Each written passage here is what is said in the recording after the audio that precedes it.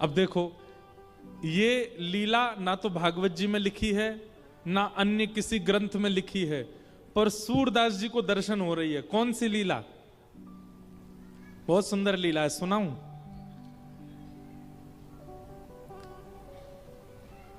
एक बार ये सूरदास जी को दिख रही है लीला।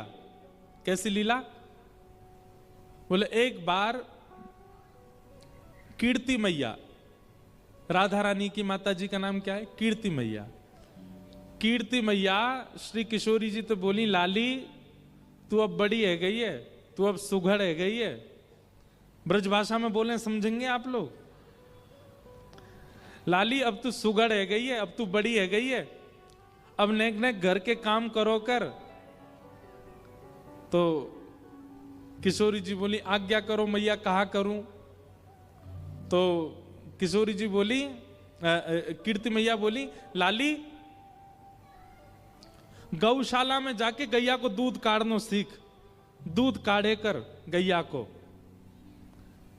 तो किशोरी जी बोली, ठीक है। वैसे तो बड़ी सुकोमला हैं किशोरी जी, सब उनका बहुत सम्मान करते हैं, बहुत प्रेम करते हैं किशोरी जी से। पर आज आज आज पता नहीं क्यों कीर्ति मैया के मन में आ गई कि जाओ किशोरी जी, जाके गौशाला में गैया को दूध निकारो। अब महाराज सब सखियां तैयारी कर रही हैं, बंधन बार बांधे गए, सुंदर पुष्पों से सजाया गया गौशाला को, सोने की बाल्टी मंगाई गई, किशोरी जी दूध निकालेंगी।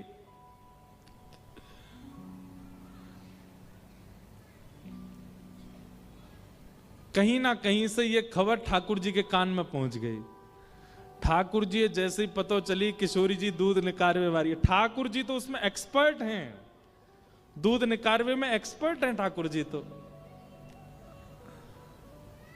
तो ठाकुर जी अपने सब सखान के संग बोले, चलो चलो आज बरसाने चल रहे हैं। बोले काय को? बोले किशोरी जी दूध निकालेंगी, जल के देखेंगे कैसे निकाल रही हैं।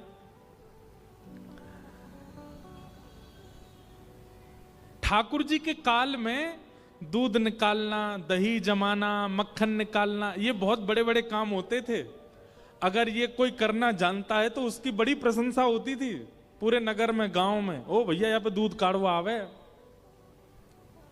जैसे आजकल के बच्चों को विवाह होता है तो पूछते हैं ना, आपका बेटा क्या करता है? बोले इंजीनियर है, बेंगलोर में जॉब करता है। तो सब लोग, ओ भाई बेटी ब्याहने लायक लड़का है। ऐसे ही ठाकुर जी के काल में पूछते थे, आपका लड़का क्या करता? बोले गैया चराने जाता, भांडीर बन। बोलो ओहो वाह वाह वाह, फिर तो छोरी ब्यावे लायक है। कितनी गैया चरावे? तो कितनी गैया चरा लेता है अकेला लाला, उस पे बेटी ब्याहते थे। हमारे ठाकुर जी 9 लाख गैया चराते। कितने? 9 लाख। ठाकुर जी से बड़ा एक्सपर्ट नहीं दूध निकारवे में, दही जमावे में, गैया को दूध, गैया को हांकवे में। तो किशोरी जी वैसे ही घबरा रही हैं, पहली बार दूध निकाल रही हैं, और जैसे ही थन पकड़े किशोरी जी के कोमल कोमल हस्त कमलों का स्पर्श पाते ही गैया मचल गई। और गैया जैसी मचली सो किशोरी जी घबरा गई। सब सखीन ने गैया को संभालो, किशोरी जी आप दूध निकारो। अब ये सूरदास जी का दर्शन है, जिनके पास नेत्र नहीं है। गुरु कृपा से उनको कलयुग में बैठे बैठे द्वापर युग का दर्शन होता था। जैसे ही किशोरी जी ने नेक थन पकड़े और धीमे धीमे दूध निकालने लगी, इतने में ही श्याम सुंदर आ गया। अब श्याम सुंदर के आते ही तो किशोरी जी और घबरा गई, अब कैसे निकालूं? अब हाथ तो गैया के थनन को पकड़ रहे हैं, पर नेत्र श्याम सुंदर को देख रहे हैं। ठाकुर जी दूर खड़े खड़े अपने नैन मटका रहे हैं। किशोरी जी और घबरा गई।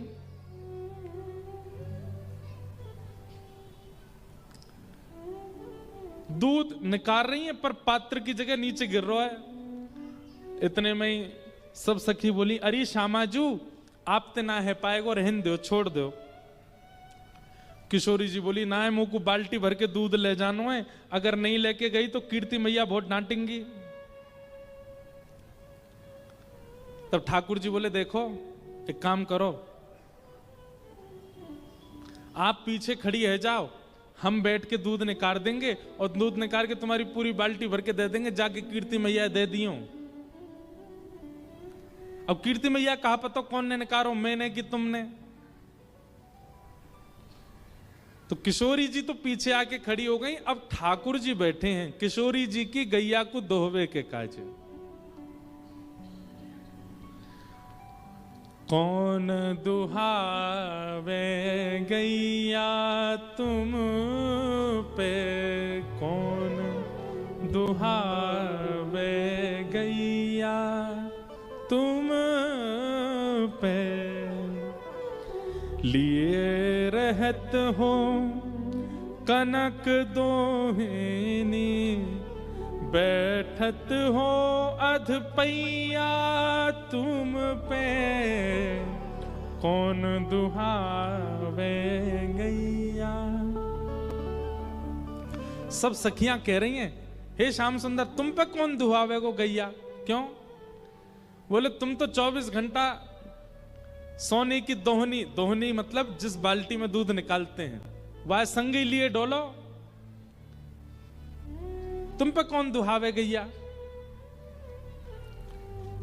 अतिरस काम प्रीत जान के, आवत खिरक दुहैया तुम पे, कौन दुहावे गैया। जैसे कोई काम आपसे नहीं बना और कोई और व्यक्ति आए, हट जा चल मैं करके दिखाता हूं, तो बाकी के लोग कहते हैं हाँ बड़े आए ये करेंगे। अब ऐसे सब ठाकुर जी को ताने मार रही हैं गोपियां, हम बे ये निकालेंगे दूध गैया को। तब सब सखी करिए देखो तो सही, इत चितवत उत धार चलावत, यही सिखायो मैया। देखो तो सही, थन पकड़ रखे और देख इतकू रहे हैं किशोरी जी के माऊ, कैसे निकालेंगे ये दूध। गुप्त प्रीत तासों करी मोहन, जो है तेरी दैया तुम पे, कौन दुहावे गैया। सूरदास प्रभु झगड़ों सीख्यो, सूरदास प्रभु झगड़ों सीख्यो, जो घर खसम घुसैया तुम पे, कौन दुहावे गैया। अब इस पद का अर्थ थोड़ा सा बता दूं। ठाकुर जी गैया दोहवे गए, तो जैसे ठाकुर जी दोहवे जा रहे हैं तो सब सके हाँ जी ये निकारेंगे, इन पे सीधो चलो ना जाए, ये दूध निकारवे आए हैं। देखो तो सही, हमारे माऊ देख रहे हैं और थन पकड़ रहे हैं गैया के। अरे भैया थन की ओर देखो, यहां क्या देख रहे हो? ठाकुर जी बार बार दूध निकारवे के काजे आगे बढ़े, सखीन के ताने पड़े तो ठाकुर जी ऐसे गुस्सा कर रहे हैं जैसे घर में आयो भयो कोई मेहमान गुस्सा है जाए। मेहमान यहां पर वैसे शब्द तो है, घर में आए हुए नए नए जमाई राजा जैसे गुस्सा हो जाते हैं, ऐसे ठाकुर जी गुस्सा कर रहे हैं सखीन पे।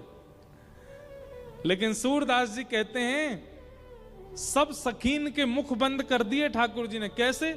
जैसे ही थन को स्पर्श कियो, ठाकुर जी के स्पर्श करते ही थन पकड़ के चलाने नहीं पड़े, स्पर्श है तो अपने आप थनन से दूध निकलने लगो और दोहनी अपने आप भरन लगी और सब सकीन के मुख बंद है गए।